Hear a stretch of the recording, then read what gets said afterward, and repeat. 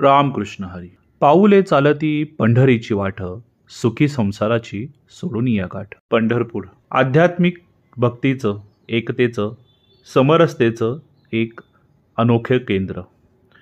याच्या श्रेष्ठत्वाची उपमाच नाही आहे. त्रैलोक्यात यासारखं ठिकाणच नाही आहे.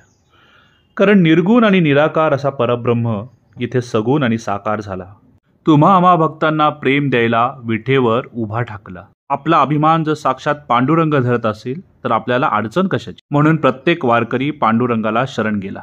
आद्य शक्ती संत मुक्ताई महाराज यांच्या पालखीने ज्येष्ठ शुद्ध नवमीला सुरू झालेला हा आषाढी पालखीचा सोहळा 350हून अधिक संतांच्या पालखी सोहळ्यासह आषाढ शुद्ध एकादशीला पंढरपुरास येतो.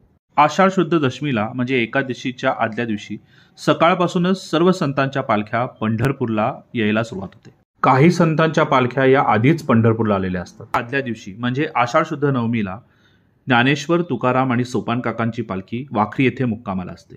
वाखरी येथे येण्यापूर्वी संत ज्ञानेश्वर महाराजांचं बाजीराव विहीर येथे उभे आणि गोल रिंगण होते. तुकोबारायांचं आणि सोपान काकांच्या पालखीचे देखील बाजीराव विहीर येथे रिंगण होते.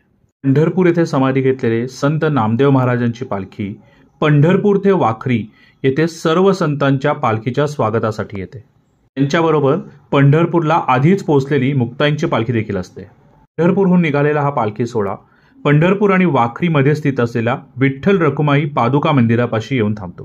सर्व संतांच्या पालख्या ह्या मंदिरात आल्या की तिथे आपापल्या पालखीचे उभं रिंगण होते आणि हे ह्या सोहळ्यातली सगळ्यात शेवटचं रिंगण असतं. नंतर हा सोहळा विशिष्ट मार्गाने पंढरपूरकडे रवाना होतो. सर्वप्रथम पंढरपूरहून आलेल्या नामदेवांची पालखी, त्यामागे मुक्ताई महाराजांची पालखी, त्यामागे सोपान काकांची पालखी, त्यामागे निवृत्तीनाथांची पालखी, त्यामागे संत एकनाथनाथांची पालखी, नंतर तुकोबारायांची पालखी आणि शेवटी ज्ञानेश्वर माऊलींची पालखी. पावलो पंढरी वैकुंठ भुवन करत पंढरीत प्रवेश करतात. पंढरपूर प्रवेश हा वारीचा कळस बिंदू आहे. एकादशीला तुकाराम महाराज आणि माऊलींच्या पालखीची भेट पंढरपुरात होते. त्यानंतर वारकरी नगर प्रदक्षिणेला जातात, चंद्रभागेमध्ये स्नान करतात. विठ्ठल रखुमाईच्या भेटेनंतर वारकरी नामदेव पायरी, गणेश मंदिर, दत्त मंदिर, गरुड मंदिर, मारुती मंदिर, चौरंग देवी मंदिर, गरुड खांब, नरसिंह मंदिर, एकमुख दत्त मंदिर, रामेश्वर लिंग मंदिर, कान्होपात्र मंदिर, अंबाबाई मंदिर,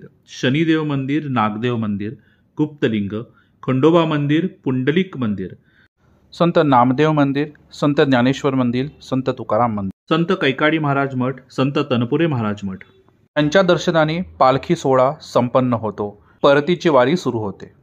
रामकृष्ण हरी.